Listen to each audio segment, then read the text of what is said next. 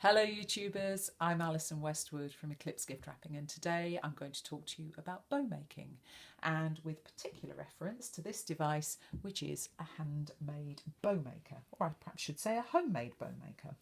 There are quite a few bow makers available out there on the internet, whatever, that are quite costly really, and this is a very simple way of making a bow maker with stuff that you may well have lying around.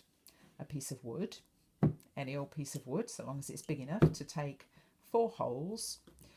These are spaced closer on the outside, slightly further away here, and some pieces of dowel that you can use to make the bows around that will fit into the different posts. A bigger bow and a wider ribbon, you'd use the posts furthest away from each other. For a small bow, you'd use them close together, and you probably use a narrow ribbon with that, something like this or this.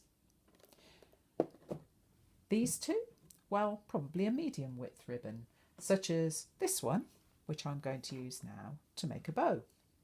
You can use the bows for all sorts of things. You can use them for all kinds of sewing projects, needlework. You can use them, obviously, as we do, for gift wrapping and all kinds of other craft applications.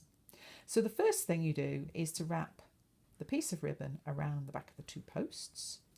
You cross them over at the front and you take the ribbon back over the top of the bow, and then you tie a knot. And that's it really, the bow is made. And if you leave it on the posts, you can just cut whatever you want to cut for a shape in the end of your ribbon. Obviously soft ribbons, you need to either cut a little fishtail like this, or you need to cut them on the slant to stop them fraying. And there we are, we have a bow, much like this one that I made earlier. So perfect little bow. What you can also do, however, is to make a bow which has 2 loops. You could even do 3 or more if you wanted to. You need a slightly longer piece of ribbon. You can also do it with wool, like this one, where I've made a 4-loop bow, but just with wool instead of ribbon. So take your piece of ribbon and again put it around the back of the posts, and then before you tie the knot, just take the ribbon around a second time.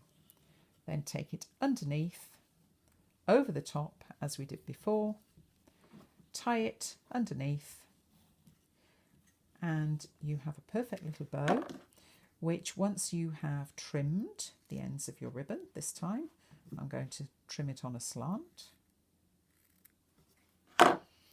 is the perfect double looped little bow. So there we go, we can fan the loops out to whatever extent you want to. And that's how you can make bows on a bow maker. So have fun everybody, and thanks very much for watching, and I hope you get on well with your bow maker, and if you fancy letting me know how you get on, that'd be great. Thank you.